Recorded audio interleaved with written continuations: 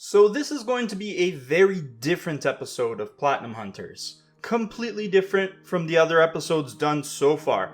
It is about the newest entry in the Life is Strange series called Life is Strange True Colors.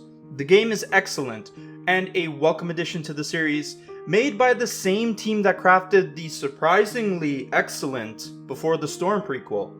This is another great mystery set in another great suburban location in the States with more well-written characters and more awesome music. Alex Chen's story is one part heartbreaking and the other part uplifting. The issues that this game dares to tackle is commendable and treated with the utmost respect.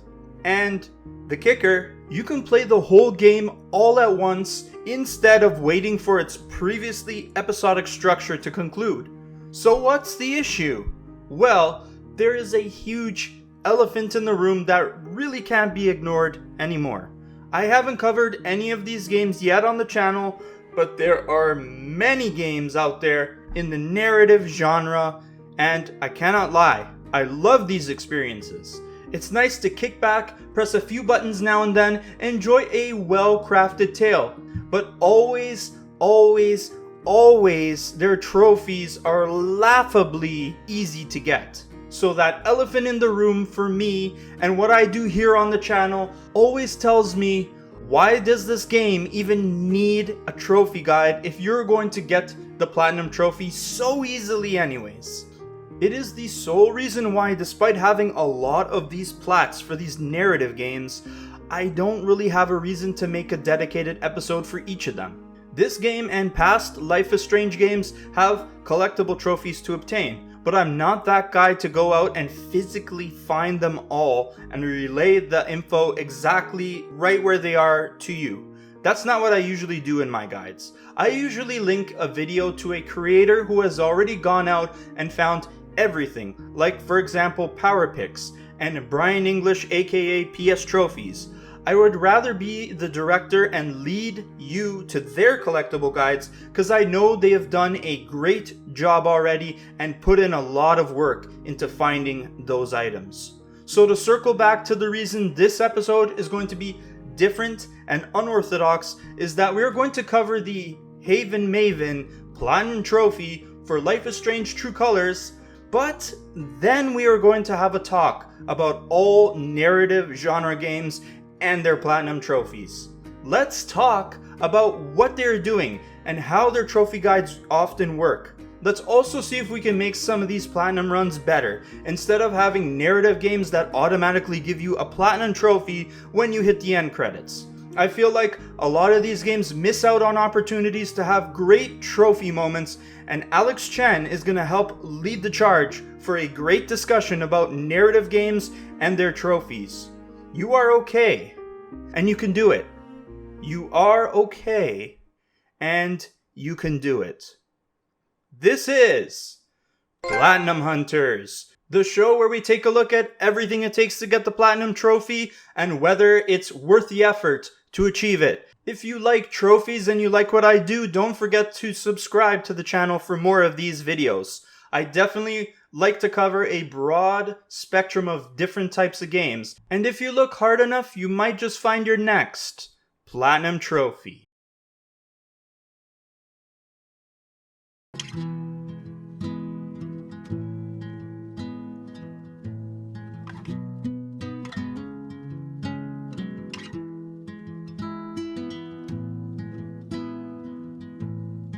Before we get into our grander conversation, we have to show some respect to our girl Alex and cover her trophy escapades. Let's do this right.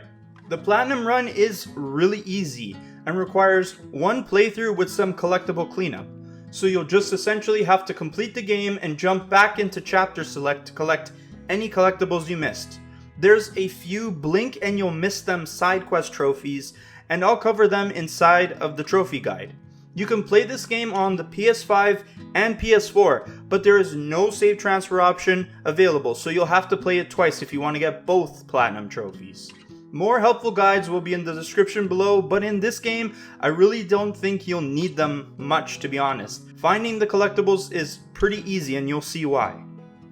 Best place to start this trophy guide is its story trophies, in which there are 5 of them, 1 for each chapter. Gonna keep the names of these trophies hidden for spoiler purposes. The greatest thing about this Life is Strange game is that all 5 chapters are available to play up front. The other 3 games in the series were episodic games that were released in parts. One could argue that an episodic structure gives the player time between episodes to sit and think about the story, potentially heightening the player's experience. However, from the devs' perspective, it's an absolute nightmare and couldn't last in today's video game climate. Players end up waiting till the game was finished, and by that time they probably scooped the whole story on sale. I'm fine with everything up front, and I'm sure the devs are too.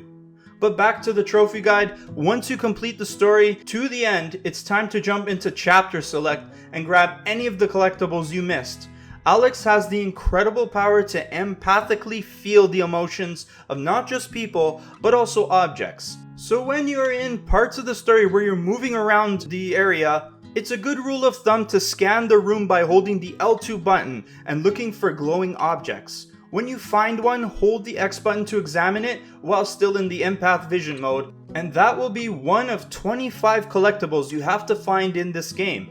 All 25 have their own dedicated trophy that actually lets you know what to look for. Ultimately though, you are looking to collect all 25 so you can pop the Haven Historian trophy. This game also kinda hands out gold trophies, cause once you collect all 5 collectibles in a single chapter, you guessed it, trophy. I'll pop the 5 trophy names on screen now so you can tick them off your list. The chapter select is really handy because it tells you which part of the chapter you are missing the collectibles. You can just jump right into that specific part of the chapter and look for it, instead of playing all the way from the beginning. I'm super confident that you can find all of these on your own, but just in case, there's a guide in the description below to assist you.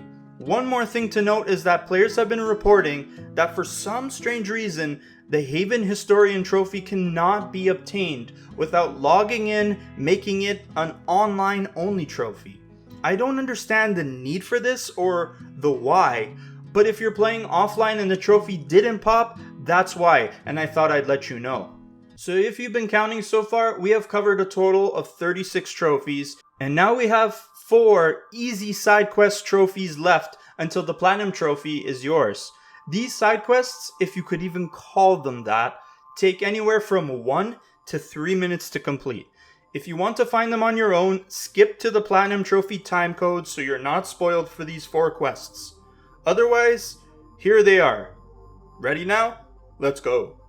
The first one is found in chapter 2 for the bird spotting trophy. In the park beside the tavern, there is a lady that you can read her feelings with your empath powers and find out she is trying to find a particular bird to win a contest. Now the bird is found in a tree behind the house to the left of the park, and you just have to examine it and then tell the bird watcher you found it. Now the weird thing is that when you first find the bird watcher, she is by the park entrance. But if you ignore the quest line, like I did, and come back later in the chapter, she will move to the location where the hawk is located, which makes this quest even easier to complete. Just make sure you read her feelings to initiate the quest, and you will be good.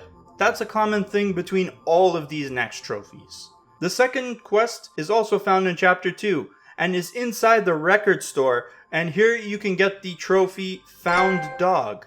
There is a hooded guy looking at some music, and you have to read his feelings. Turns out his dog Chrissy is missing, and you will have to read the bulletin across the room to find out where she is. Let the guy know she's been found, and you've got the trophy. It's all yours. Next questline is inside the bar in chapter 3, and it's for the Earworm Squasher trophy. There's a song that a patron is trying to remember, and it used to be played on the jukebox all the time. So first use your powers on the patron like the other 2 trophies, and then go ask Steph and Ryan which song it could be. They will tell you to go ask Jed, who apparently doesn't have the biggest affinity for it and is sitting in the corner of the room. And he will tell you that it is in a CD behind the bar. Grab that CD and throw it in the jukebox. The song is called Alabaster Dreams, which previously had a missing song label slapped on it, but now can be played. Once the tune is bumping through the walls of the bar, you will get the trophy. And the last quest and our final trophy is called Exactly 731. And that is exactly the number of jelly beans inside of this jar. And we are going to help this guy cheat to win. The counter is located at the Spring Festival near the music stage. And you will have to use your empath powers to try and read the jelly bean counter's mind, to try and get her to spill the beans. Then talk to the guy trying to guess to give him the information. You might have to do this a few times till she lets go of the answer in her head. It's 731, but you have to reach that conclusion naturally through the dialogue, as it needs to be one of the answers you have to pick. Once you do get that option, pick it, and then the trophy will pop once the guy guesses it. And that's it for this Platinum Trophy run. It is a really simple Easter egg hunt with a breezy cleanup thanks to the awesome chapter select. The story is pretty excellent, and it will be over in about 8 to 10 hours depending on how much time you spend immersing yourself in the game's world. So if you've grabbed every sentimental collectible, solved those side quests, and got to the bottom of the mystery happening in this small, secluded, sleepy town, congratulations! You'll be awarded the Haven Maven Platinum Trophy for Life is Strange True Colors. As of the release of this video, the Wavelengths DLC is set to release in a few days on September 30th. The story will allow you to play as Steph, and it's a prequel to the events of True Colors, showing us how Steph made her way from Arcadia Bay to here in Haven Springs. It is paid DLC, so I assume it's going to have trophies attached to it, but I could be wrong. I just thought I would bring it to your attention because I know a lot of you guys like to keep that trophy list clean. If there are trophies, you bet I'm going to go for that 100%. I don't think I'll be making a video for it, but we'll see how it goes when it's released.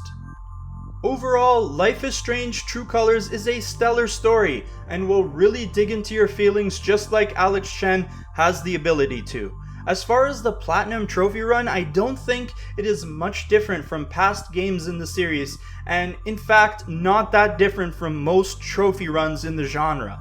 There are the story trophies to collect, a ton of collectible based trophies that you can just look up a guide to get, and a few mini quest trophies, which to be fair is a new thing for the series, but really doesn't make a huge impact on my general feelings of the Platinum Trophy runs in this genre.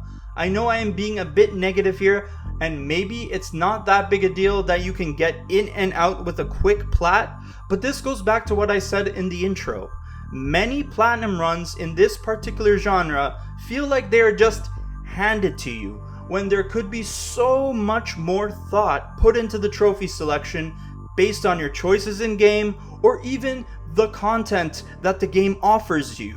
For example, in Life is Strange True Colors, there are arcade machines that you can interact with and get to play minigames.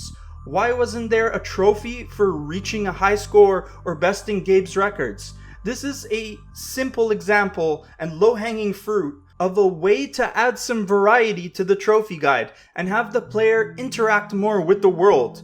The mini quests were really cool, all things considered, so why not have more of them?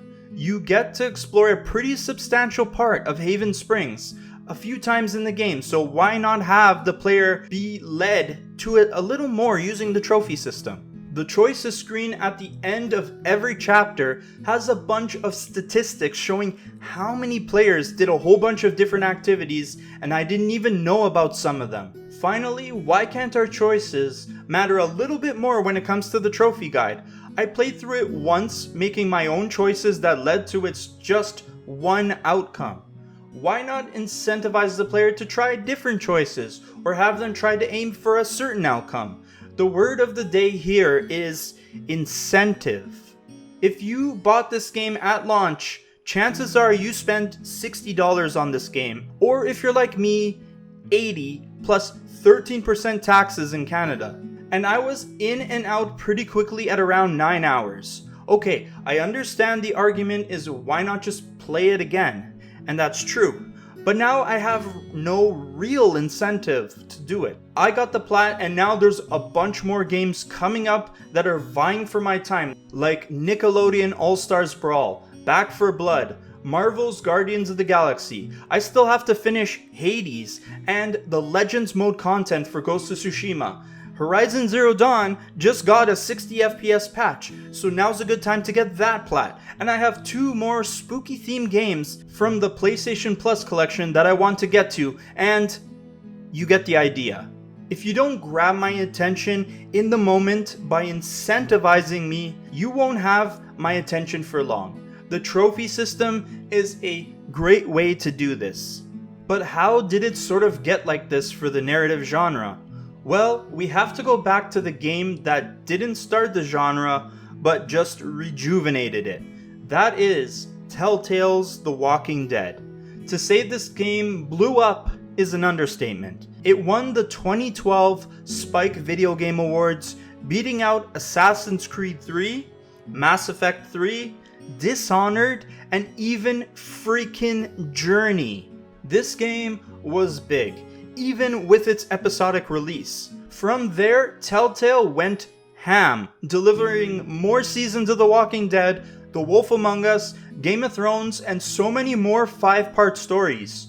The stories themselves were always pretty awesome, but from the get-go, the game had an Achilles heel in the form of its, at the time, controversial trophy guide.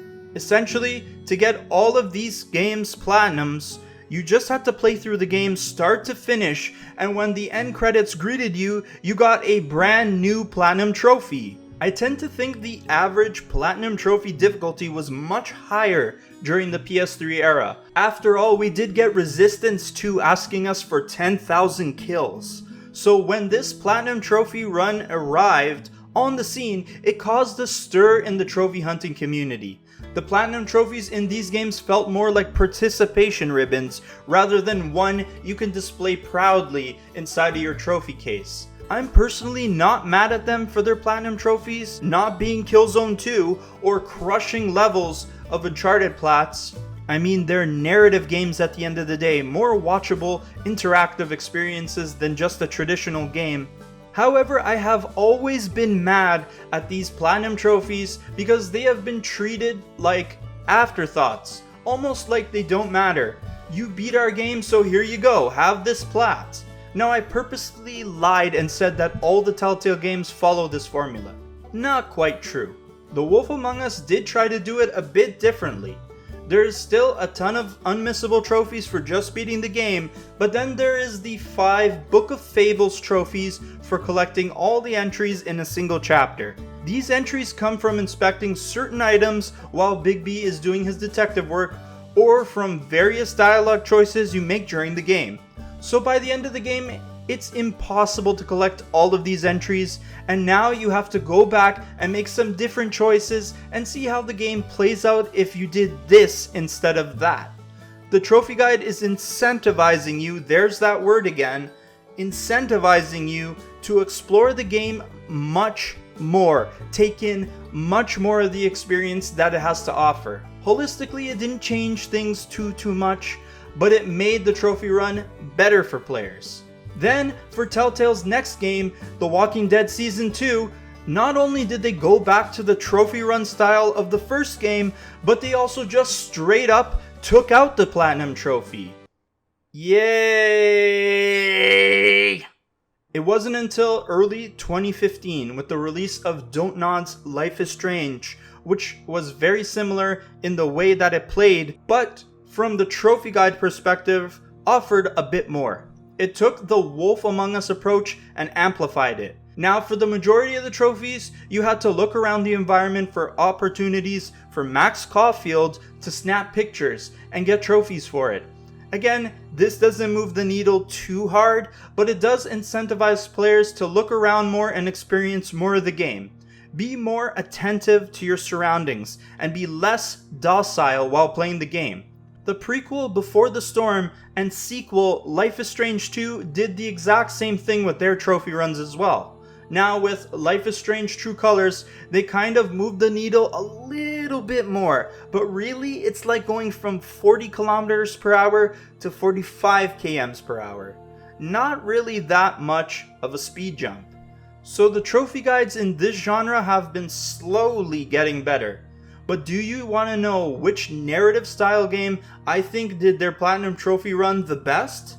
The answer is the 2015 release, Until Dawn. Yes, the PS4 exclusive campy horror game put some serious thought into the trophy guide and showed you exactly what you can do with it. It took the very nature and subject matter of the game and spun it into a devilishly incredible Platinum Trophy run where on one run you're aiming to have all 8 of the ensemble cast live to see the end of the night, and then on a separate run you're aiming to have all 8 succumb to the darkness and the things out to get them. There are even collectibles called totems that will show you how characters can die or avoid death, giving you hints showing you how you can pull off either of these 2 runs. The trophy guide not only leans into the game's subject matter, but also incentivizes the player to look around to find things in the environment to give you the upper hand for your run.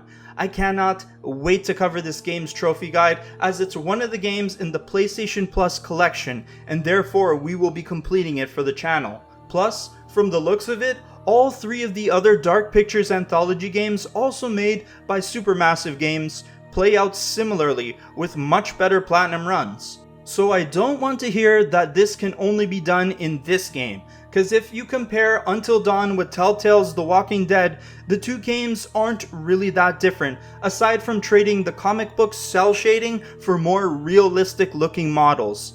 Until Dawn just had a lot more thought put into its platinum run, period.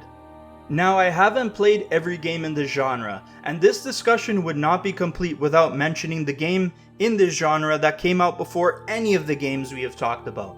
That game is 2010's Heavenly Rain, made by Quantic Dream. The game predates Telltale's The Walking Dead by 2 years, which is often seen as the catalyst for the genre resurgence. I think that's the case because before we could say there was an actual renaissance going on in the genre, there needed to be more high-profile players in the space. Quantic Dream certainly became a big player in the space, no doubt. And on paper, Heavy Rain's trophy guide did a great job. It makes you explore all of the choices and endings that the game has to offer. I haven't played it yet, so I can't extensively talk about whether it's a good thing or if it's just going to exhaust the player in having to do multiple playthroughs. We will also cover Detroit Become Human's trophy guide for the PS Plus Collection Challenge as well, which is a similar trophy run structure to Heavenly Rain, so I'll see if it works out or not. But to bookend this overall discussion, I love the narrative games genre, and they have many great titles in it. But when it comes to their Platinum Trophy runs, a few games do it pretty well, and the rest, they need to do better. A lot of these games need to think about incentivization, and think more deeply about what they can do with their content. Rather than practically handing out a Platinum Trophy participation prize, they should make the trophy guide part of the experience, instead of something that is tacked on just to appease the mandatory trophy mandate. Many people take trophy hunting very seriously and want to have platinum trophies that they are proud of. And for the purposes of my channel, I want to cover more of these narrative style games, but if the trophy guides are not a little more interesting, I can't really. Take the trophy guide we just covered. This Life is Strange True Colors episode would be pretty damn short and a tad bit unnecessary if it wasn't for this extra discussion. There are a lot more games I would love to cover in the genre, like the Ace Attorney trilogy, 13 Sentinels, Aegis Rim, Oxenfree, or even the Wolf Among Us sequel when that comes out, and much more. However, I have to make an interesting trophy guide episode without fluffing it up too much. So I hope the devs stop looking at trophies as this mandatory thing that they are mandated to include in all of their games. Instead, use it as another outlet for creativity. It doesn't have to be in the way of their creative vision or an immersion breaker. It can be used thoughtfully and even enhance the overall experience. In the case of Life is Strange True Colors, I felt like they did a fair job with it, but could have done way better. Having experienced the whole game, the trophy run could have leaned way more on the things that make this game so special, with the town, the people, and what Alex can do with such amazing powers. Now, I'm not saying I didn't enjoy the game. If you made it all the way to this part of the episode and took that away from the discussion, you have learned nothing, Jon Snow. All I am saying is that this thing I love and dedicate my time to could have been so much better in a genre where this sentiment is pretty prevalent. I just want there to be more feeling and more emotion put into these Platinum Trophy rounds. That's it for this episode. This is definitely a very, very different episode than what I was intending to make for this game, but I think it was a great discussion to have, especially with the trend I see in a lot of narrative style games when it comes to trophies. If you'd like this style of episode, I might consider doing more of them for other types of genres or other types of games, but you gotta let me know down in the comment section whether you liked it, or even just drop a like to let me know. I hope you all have a great day, and I hope all your trophy hunting expeditions are the most fruitful. I'll see you guys in the next video. Peace out.